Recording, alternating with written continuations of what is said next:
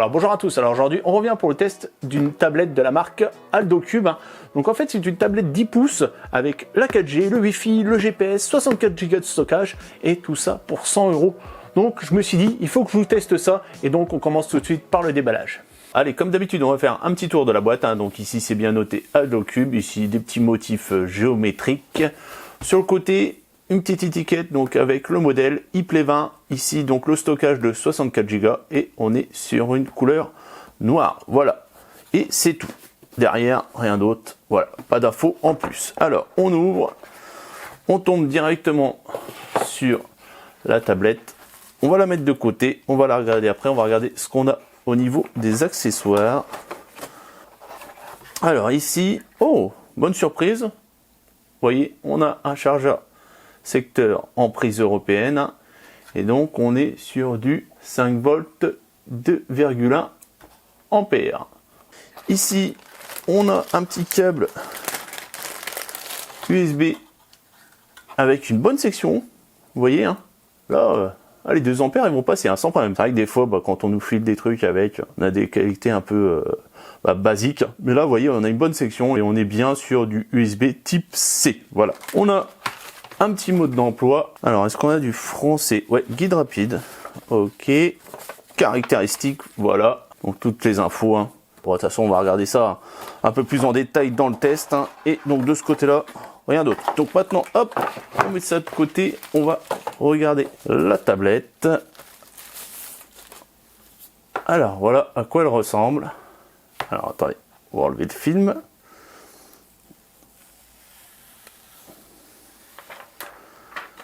Ouais, pas mal. Alors ce qui est bien, c'est déjà avec AldoCube, c'est qu'il y a un petit film de protection. Alors je vous montre au niveau de la caméra, puisqu'on voit un peu mieux, vous voyez, il y a un détourage là au niveau de la caméra.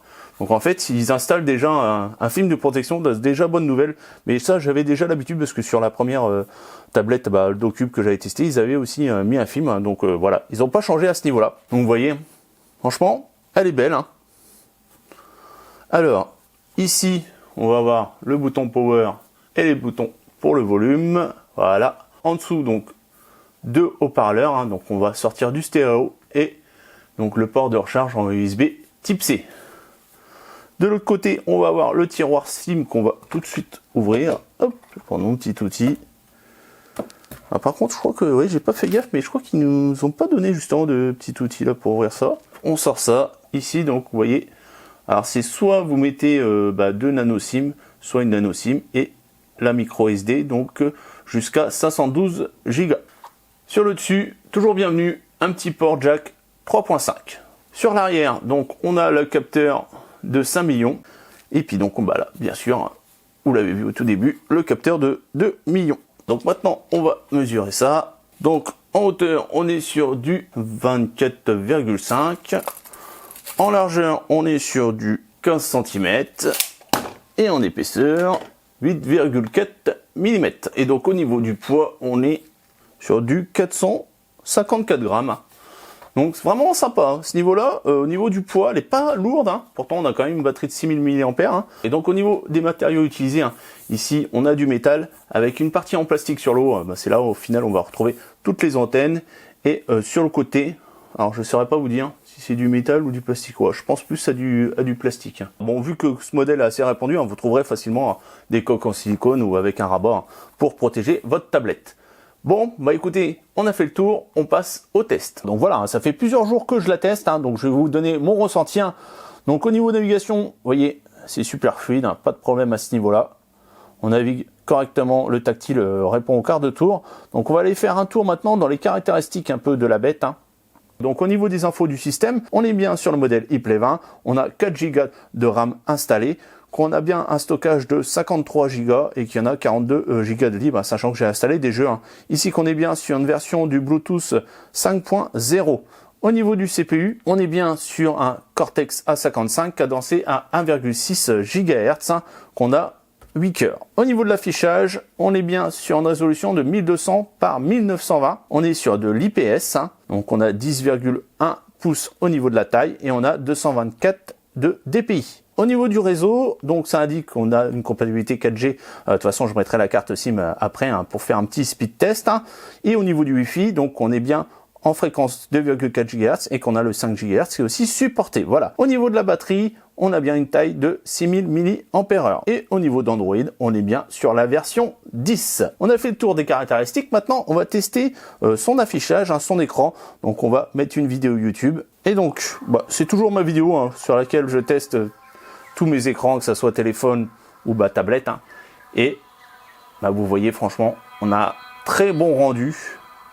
Attendez, je vais même vérifier si on est bien en 1080. On n'est même pas encore en 1080. Hop, voilà. Là, je passe en 1080. Et clairement, pour une tablette à 100 €, je rappelle. Vous voyez, même les angles de vision, ils sont très très bons. Et au niveau des couleurs, on est vraiment bien. Donc pas déçu déjà à ce niveau-là. On aurait pu l'être, surtout ce tarif. Donc là, clairement, ils n'ont pas rogné sur l'écran. Vous voyez l'affichage. On a vraiment un très bon rendu. Donc maintenant, on va tester le son. Allez, c'est parti. On teste ça. Donc là, je suis à fond. Vous voyez. Donc on a les deux haut-parleurs qui sont là. Alors, on va passer un peu.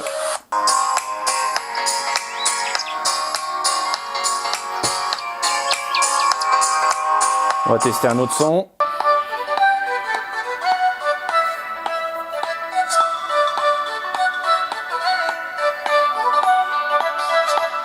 Donc vous l'avez entendu au niveau de l'audio, c'est pas fou, c'est caverneux, ça monte pas très haut. Donc faut pas lui en demander plus. Donc maintenant on va tester sa connectivité. On va commencer par un petit speed test en Wi-Fi. Donc pour le premier test, je suis connecté en Wi-Fi sur ma box en 5 GHz qui est à peine à 3 mètres de moi.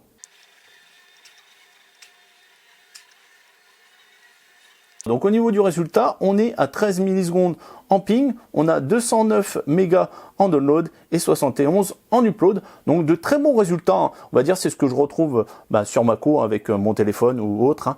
Donc à ce niveau-là, pas déçu, franchement ça fonctionne super bien en Wi-Fi, donc ça vous permettra de faire du stream ou du jeu sans problème. Donc maintenant on va tester ça avec la carte SIM en 4G. Donc là vous voyez, je suis connecté en 4G, donc pour info je suis chez Bouygues. Et on va désactiver le Wi-Fi, voilà. Et on va lancer un speed test. Et donc là, au niveau des résultats, on est à 39 millisecondes en ping. On a 29,2 mégas en download et en upload, on est sur du 28,8. Donc pareil, très bon au niveau de la 4G. C'est-à-dire qu'on va pouvoir stream ou naviguer sur Internet sans problème. Donc chose intéressante aussi sur cette tablette, c'est le fait qu'on a le GPS intégré. Donc on va pouvoir par exemple installer Pokémon Go ou tout simplement naviguer sur Maps. Vous voyez, hop, directement, je suis localisé sans problème.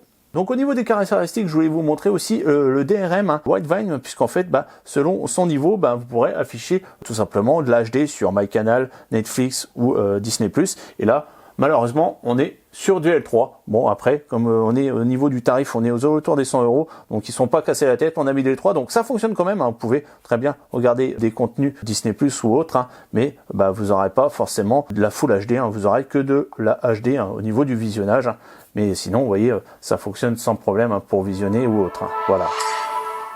Donc maintenant, on va parler des jeux, puisque on va dire, ce tarif, est-ce qu'on va quand même pouvoir jouer correctement dans des bonnes conditions? C'est ce qu'on va tester tout de suite. On va commencer déjà par un jeu gourmand, c'est-à-dire Call of Duty. Allez, c'est parti. Donc voilà, Call of Duty se lance sans problème, mais vous allez voir, au niveau des détails graphiques, vous pouvez déjà voir avec le personnage là, c'est compliqué.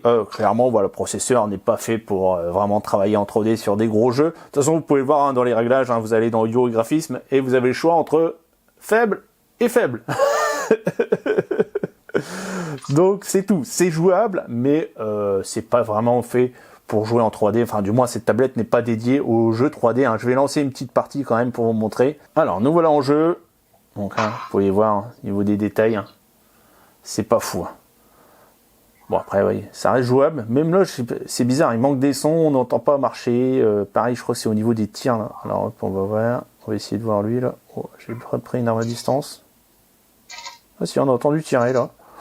Ouais, c'est compliqué. Pour jouer dans des bonnes conditions, voilà, c'est les processeurs qui arrivent à ses limites, tout simplement.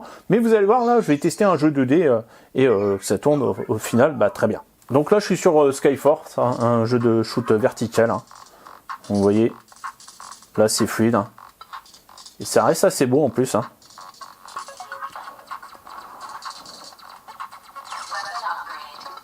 Donc là, à ce niveau-là, pas de souci de fluidité ou d'affichage. Hein. Ça tourne très bien. Donc, on peut jouer, mais il ne faut pas trop lui en demander non plus, quoi, au niveau de cette tablette. Donc, au niveau des jeux, je voulais vous montrer une solution qui devient vraiment intéressante en ce moment, c'est le Cloud, donc qui est disponible via, par exemple, GeForce Now, qui est gratuit, hein, ou via le Game Pass, donc par abonnement. Hein.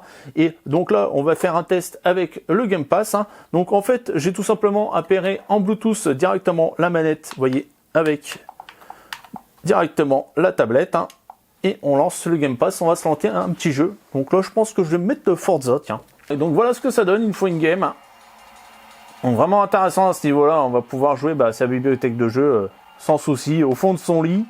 Et en plus de ça, voilà, sans consommer plus de batterie, puisqu'on va dire c'est du streaming, hein, c'est de l'affichage directement au niveau de la tablette. Donc clairement, c'est une solution à envisager si vous voulez jouer en déplacement dans de bonnes conditions, que ce soit bien au niveau de GeForce Now ou de Xbox Xcloud, hein, ça marche très bien, surtout avec cette tablette. Donc je voulais vous parler de la partie photo hein, et vidéo. Hein.